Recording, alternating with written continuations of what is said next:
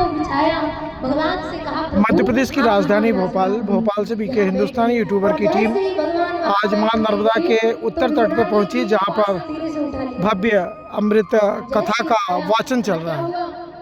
बोले प्रभु यहाँ मत बैठ, आज इस कथा का द्वितीय दिन है और धीरे धीरे आप कथा में धर्म प्रेमियों का आना चालू है।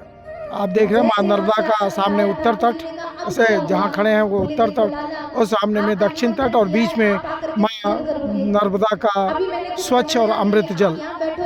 घर में काम करूंगी तो मैं आपको देखते से पाऊंगी। प्रभु एक काम करो, आप इस कोने में बैठो, तो यहाँ पर जब आप बैठोगे तो मैं अंदर से आपको देखती रहूंगी और भोजन बनाती रहूंगी। भगवान ने कहा ठीक है भैया, यहाँ बिछा तो यहाँ बैठ जाओ।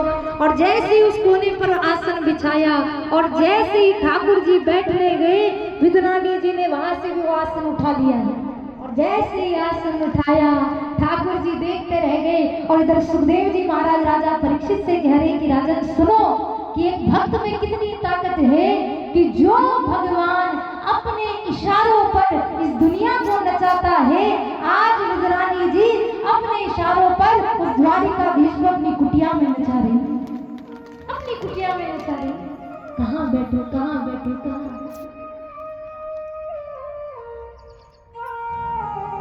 ठाकुर जी ने कहा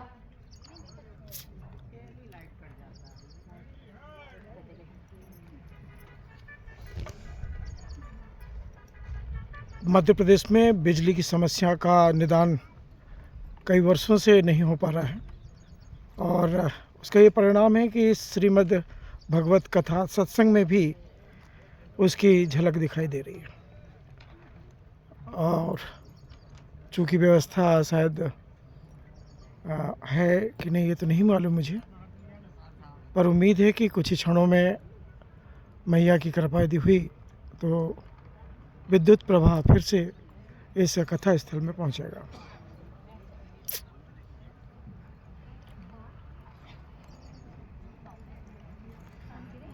धीरे धीरे धर्म प्रेमियों का आना लगा हुआ है। कल की अपेक्षा आज धर्म प्रेमी ज़्यादा आनंद से पहुंचे हैं और विद्युत प्रवाह अब चालू किया गया है, चूँकि अलग से व्यवस्था की गई है।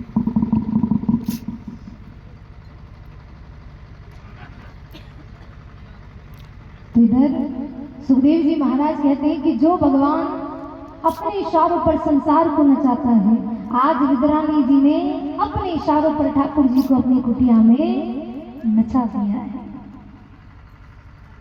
ठाकुर जी ने कहा विद्रानी जी ये आसन आप मुझे दीजिए, मैं बैठ जाऊंगा, मुझे बड़ी जोरों की भूख लगी है, आप कुछ लेकर आइए। विद्रानी जी ने कहा कि देखो प्रभु, अभी तो मैंने कुछ बनाया नहीं है, अभी तो मैं स्नान ही कर रही थी, कुछ बनाया नहीं है। ठाकुर जी ने कहा भैया बड़ी जोरों की भूख लगी है, जो भी हो घर में वो ला दो, जो भी हो घर में वो ला दो। विद्रानी जी ने कहा फिर एक काम करते हैं प्रभु, आप बैठो, बाहर बगीचे में ताजे केले के फल लगे हैं, आप कहो तो मैं इन फलों को तोड़ कर ले आऊं। ठाकुर जी ने कहा हाँ भैया आप वही लेकर के आ जाओ। बगीचे में गई हैं, ताजे केले के फल तोड़े हैं और जैसे केले के फल को तोड़ा लेकर के आई है ठाकुर जी के सामने, और ठाकुर जी के ठीक सामने बैठे हुए हैं। और जैसे ही विद्रानी जी ने ठाकुर जी की ओर देखा है तो कह देना जिससे हम प्रेम करते हैं, जिससे हमें मिलने की इच्छा होती है, वो अगर हमारे सामने आ जाए तो हम अपनी सारी सुध बुध भूल जाते हैं। आज विद्रानी जी की स्थिति भी ऐसी महाराज कि जैसे ही कन्हैया को सामने देखा है सारी सुध बुध भूल गई है। हाथ तो उनके काम कर रहे हैं पर निगाहों से केवल ठाकुर जी को देखे जा रही है, निहारे जा रही है।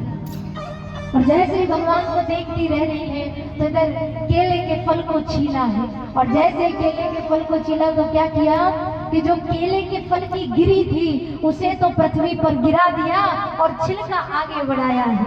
अब इधर विद्रानी जी को नहीं पता कि मैंने भगवान को क्या दिया, पर भगवान को सब पता है कि विद्रानी जी ने आगे क्या किया। अच्छा थोड़ी देर के लिए ठाकुर जी की जगह आप अपने आप को रख कर देखो, और आप यदि किसी के घर गए हो और यदि कोई व्यक्ति आपके सामने ट्रे में परोस करके अनार के छिलके, केले के छिलके, पपीता के छिलके, सबके छिलके ला करके यदि आपके सामने रख देगा तो आप पाओगे? आप उन छिलकों को पाओगे? नहीं ना। और आप उल्टा क्या कहोगे कि बताओ इसलिए घर पर बुलाया मेरा अपमान करने के लिए, मुझे छिलके खिला रहे हो? पर ठाकुर जी को देखिए महाराज, ठाकुर जी ने ये नहीं देखा कि भक्त ने मुझे क्या दिया है, ठाकुर जी ने तो ये देखा कि भक्त ने मुझे किस भाव से दिया है, किस भाव से। और जैसे ही सामने बैठे हुए हैं उस छिलके को आगे बढ़ाया, ठाकुर जी ने दोनों हाथ आगे किए, उस छिलके को अपने हाथ में लिया है और आज बड़े प्रेम से, बड़े भाव से वो छिलका खा रहे हैं, छिलका खा रहे हैं।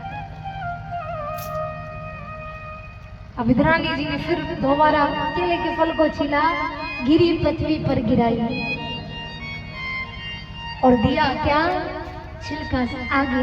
और जैसे ही छिलका प्रभु ने लिया है, खा रहे हैं, क्योंकि भगवान ने ये नहीं देखा कि इसने क्या दिया, भगवान ने क्या देखा कि किस भाव से दिया, किस प्रेम से दिया। वो कहा ना क्या? दुर्योधन का मेवा त्यागे, साग विदुर घर खाई। दुर्योधन का मेवा त्यागे, साग विदुर घर खाई। सबसे ऊंची प्रेम सगाई, सबसे ऊंची प्रेम सगाई। भगवान ने ये नहीं देखा कि क्या दिया है, क्या देखा किस प्रेम से दिया है, किस